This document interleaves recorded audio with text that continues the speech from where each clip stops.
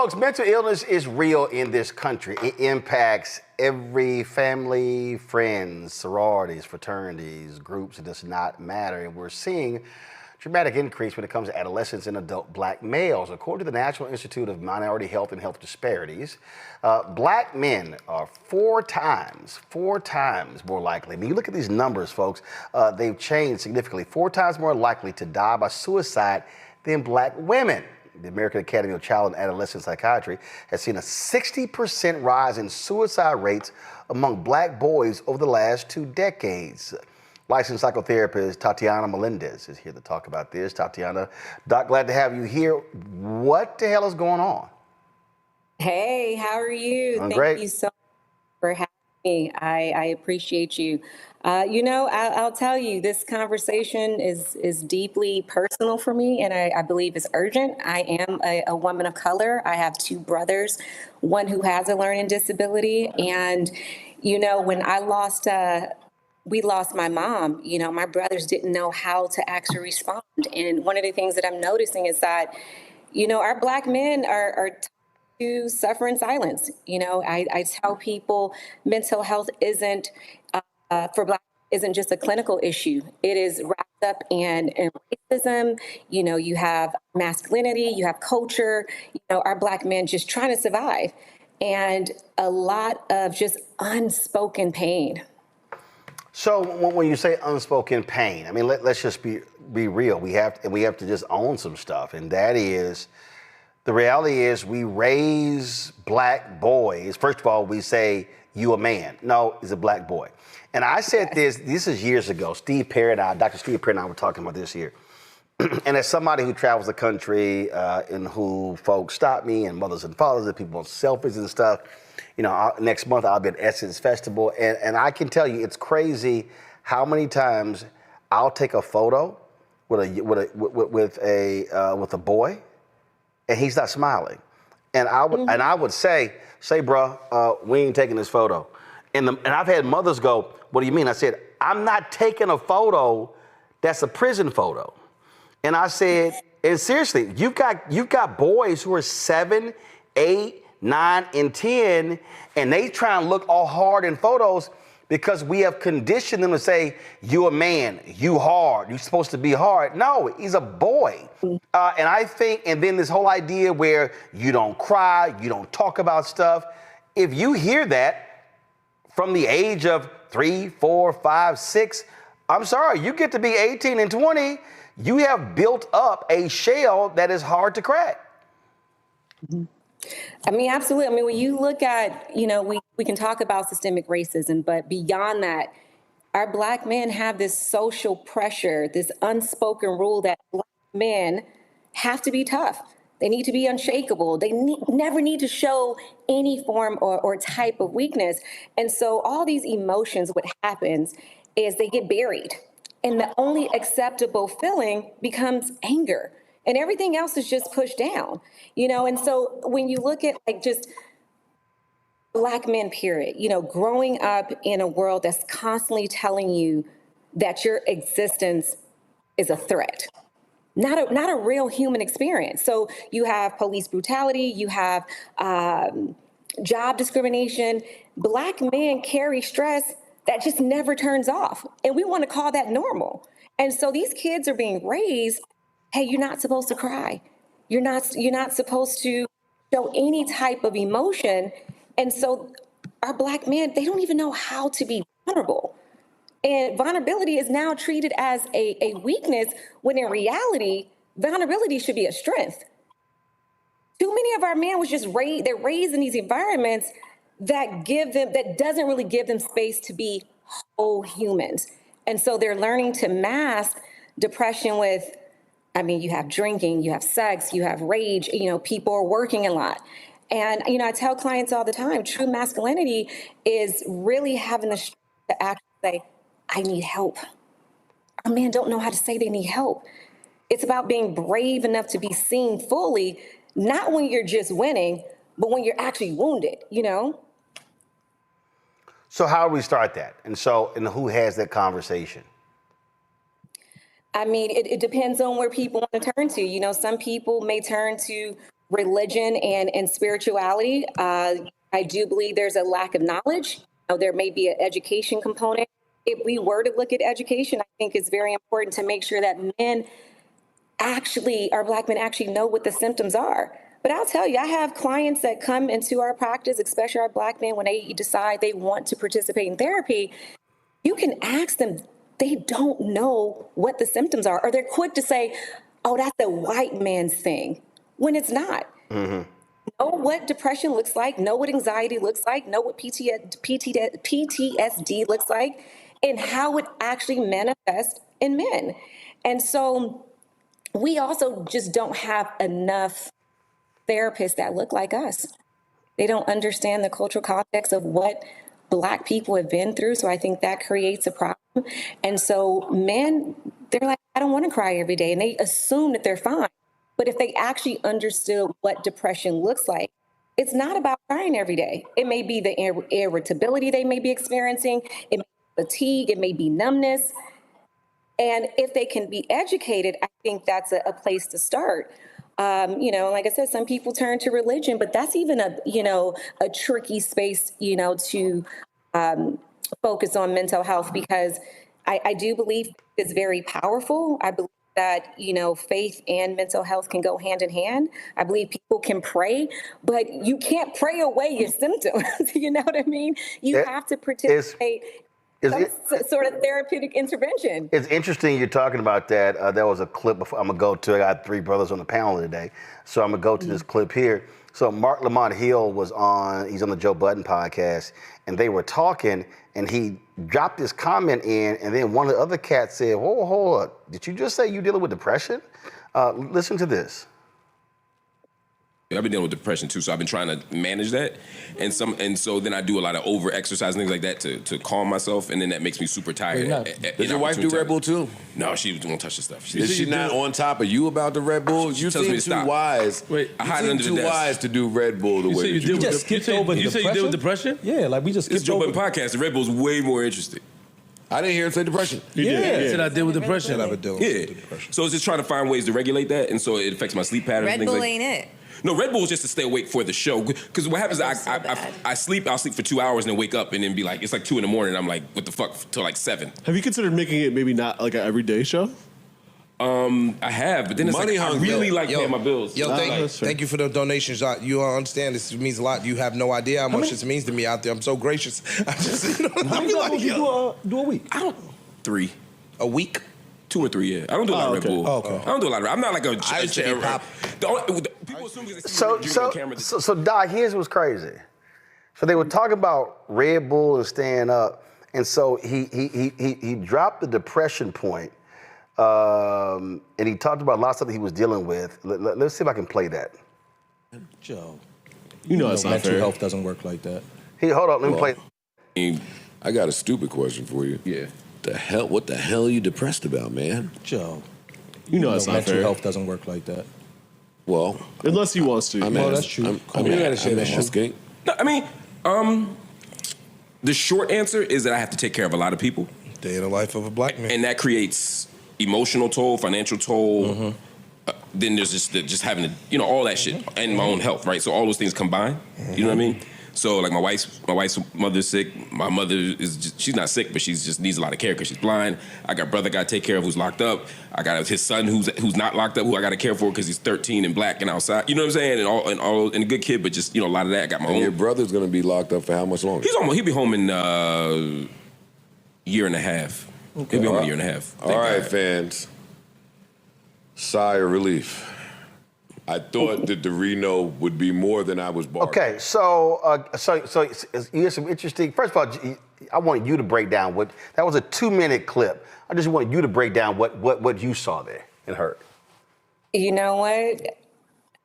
I will tell you that more Black men in leadership, in the eyes of the public, those that are very wealthy, they are the ones who are actually suffering in silence, especially when our Black men are expected to be the emotional or spiritual backbone, either for an entire community, if they are a pastor, or if they are, the breadwinner in the family.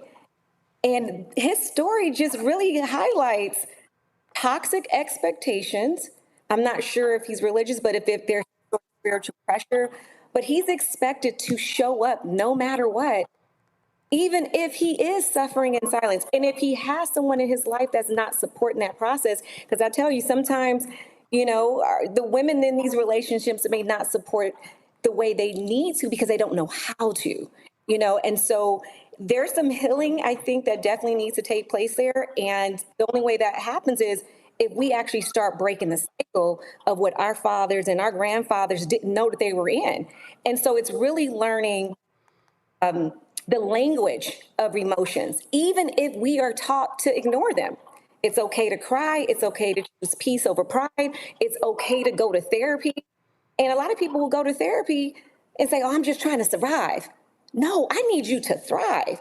And so for this next generation, he has to also be able to teach his children, hey, I need to raise my differently. I need to look out loud. I need to finally say, what has happened to me isn't my fault, but healing is my responsibility. Were you bothered, like the other two guys were, when Joe said, what the hell you got to be depressed about? Which actually caused Mark to actually explain what he was going through.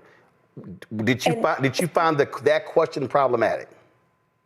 Yeah, absolutely. Because if we cannot support and have a space that's safe to actually start normalizing therapy, or Black men participating in therapy, and I'm happy he actually spoke on it. But so how should Joe? So Doc, how should Joe have approached that? How should he have because first of all, remember, the other two guys said you mentioned depression, but then they let the conversation go on talking about drinking Red Bull. Joe brought it back. How should Joe have asked the question? I think he could have reframed it and asked him, like, how can I actually help you? How can we make this space available to you for you to be vulnerable? What is actually going on?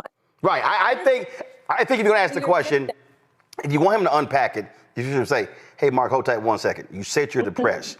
Explain what that means. What does it mean when you say you're depressed? So you think that's how the question should have been asked? Okay. Oh, absolutely. Digging deeper to understand whether it's a root cause analysis to figure out what is actually going on with him so he can actually support him in this space. But he actually made it hard for him to actually speak on it again. Because again, our Black men are supposed to show up, be ready, be on at all times. But this didn't start here today. This is generational. We're taught to be and get things done. Yep, absolutely. All right, Matt, you were nodding a whole lot when Mark was speaking, and then when Doc was talking. So take it away. So the question I have, Doc, and thank you for sharing with us all your insight. But to be completely candid, I see this on social media all the time. Brothers talking about this, and a lot of times they say, "Why would I ever open up to my woman or to my family? Because it's going to be weaponized against me." And you see people talking all the time about how they tried to be vulnerable one time, and then the response from either a romantic partner or family members were to either denigrate them, right, or to make light of it, or, as you kind of alluded to earlier, say something like you just need to pray, something to that effect. So my question for you is, how, if at all, do you address that with the larger kind of circles in Black men's lives to create that safety and I guess kind of help their ecosystem recognize, if you're going to really create this safe space, then here's how you not only support, but how you make sure you don't weaponize? Because on the ground, that's what I see. I don't know if anybody else has seen that anecdotally, but I've seen a lot of comments about Black men in therapy, and almost always that's the reticence, is not only not wanting to look weak, but not wanting to have it weaponized against you down the road. And I'd love to get your thoughts on that. I think I can answer that in a two-part. One, I definitely think that it starts with creating spaces where Black men can be honest without actually being judged. So I don't care if it's the barbershop, if it's mentorship circles, if it's social media campaigns. Sometimes just even having a friend who can check in on you constantly can make a difference. But I think when it comes down to the role of a woman, especially because a lot of these men are in relationships, but we also can play a role in helping our Black men open up. And so we've always held a space, for Black women have always held a space for our men, but I think we have to ask women now to hold that space differently. Instead of pressuring the Black man, you just need to talk to me. I'm talking to you. You ain't saying anything to me.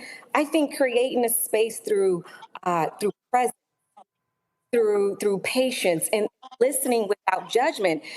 Yes, encourage, therapy, but also be able to check on not only, like for me, if in a relationship, like, okay, I need to check on my own conditioning. How am I actually responding to my partner?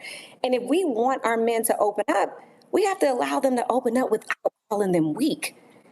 And they're carrying a lot, we're carrying a lot. And so to be real, I mean, Black women have been therapists, without degrees for a very long time. So we know what it takes. I think we just have to not only protect our space, but just show up differently and be able to reframe and relabel what it means to have a mental health illness or challenge or concerns. Tyler? Yeah, thank you so much. I felt like I've been sitting in a session right here, so thank you for it. I've been telling myself lately that mental health isn't a weakness, but it's survival. And as you said, it's to thrive. And I believe healing my trauma and childhood trauma is the new sexy. And so showing up for me and finding grace is the new sexy. And I believe that we need more cultural, competent, as you said, therapists and policies that are school-based and community-rooted, where folks can get introduced at a young age. My question to you would be, how do you approach healing when the trauma is both personal and structural at the same time? Repeat the question, the end of the question. Yeah, how do you approach healing when trauma is both personal and structural at the same time? I think with healing, not only the education, breaking the cycles, make sure we understand, like, hey, our fathers, our grandfathers, we've all been through things, and renaming the language for our emotions and providing education. Wait, what was the last part? Because I lost track of what I was actually trying to respond to. I was saying, so both personal when it comes to like the family, but also the structural parts of it as well. Like how do you approach it when the trauma is first? So I'll tell you, I mean, because I have had an experience in my own trauma and experiences, and I'll be honest, I think that I got to a point I thought I could save everyone. I show up, I show out, whatever I can do, and it ended up having a reverse affect on me because I end up, finding myself spiraling. But personally, I encourage my brothers, anybody that's in my family, hey, it is okay to cry. It's okay to grieve. We've all experienced our trauma, but we need to make sure we understand what exactly we've been through. And whatever we can do to provide the additional knowledge, make sure that we provide the education, and, really show the importance of what mental health is and how we actually can, benefit from it. And it's okay to participate in therapy. It's okay to not feel okay. Michael? The question that I had, Doctor, is looking at the study, it made a direct correlation between higher stress levels and symptoms of depression. And it also talked about experiences of everyday racial and non-racial discrimination, et cetera. It talked about the environment as well, pressures coming from the environment. What are some ways that we can reduce the stress level, which will ultimately reduce incidences of depression in these young African-American men? I'm not sure why it's a little broken up and missing parts of like some of the questions.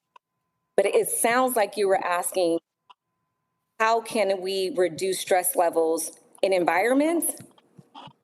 Yeah, the stress levels, because there's a correlation. The strongest predictor of depression in the study was perceived stress. And he talked about higher stress levels had significantly greater odds of exhibiting depressive symptoms. Right, Doc. So you're saying, how do you reduce stress in order to not fall into a state of depression? How to reduce stress and work? Yeah, how to reduce stress in order to stave off depression. I think when we have chaotic environments, people often feel powerless. And so having routines, whether it's, knowing how you're actually starting your day, having some routine, there's different things you can do, whether it's, taking breaks, daily actions, having, a playlist, but having some grounding techniques. And I think most importantly is being able to have some emotional boundaries. Most of us, we don't. We have these high levels of stress. We have high demand jobs, and we need to circle back, have powerful boundary setting. And so when we're stressed, it reduces this overwhelm. It allows us to stay emotionally intact. And so we have to use, maybe some environment hacks, calming scents. We may need to soften like our lighting, but whatever we can do to regulate movement in high stress, that is the best thing that you can do to manage.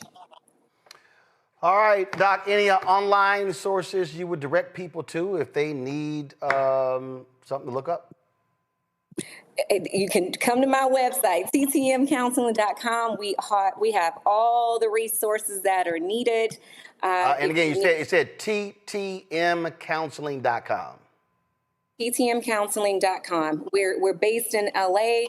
However, we service I think now we're at 32 states. And we have every type of resource you can possibly think of. We have groups, individual therapy for those that are actually. All right, then. We certainly appreciate it. Thanks so very much. Thank you so much. I appreciate you. Hello, I'm Isaac Hayes III, founder and CEO of Fanbase. Listen to what I'm about to tell you. The window to invest in Fanbase is closing. We've raised over $10.6 million of our $17 million goal. That means there's room for less than 6,370 people to invest in Fanbase for the average amount. The minimum to invest in Fanbase right now is $399. That makes you an owner in Fanbase today. Go to startengine.com/fanbase to invest. Why? Because current social apps have taken advantage of users for far too long, with content suppression, shadow banning, harmful racist content, and no real tools for monetization and equity. Fanbase has over 1.4 million users and counting, allowing anyone to reach all their following and monetize their content from day one. Social media is the new TV, and whoever owns the apps that distribute that content have the opportunity to own potential billion-dollar companies. While big platforms with uncertain futures are failing to serve their users, Fanbase is stepping up to fill the gap. Don't wait until it's too late. Invest now, invest for yourself and your future. Go to startengine.com/fanbase and own the next generation of social media.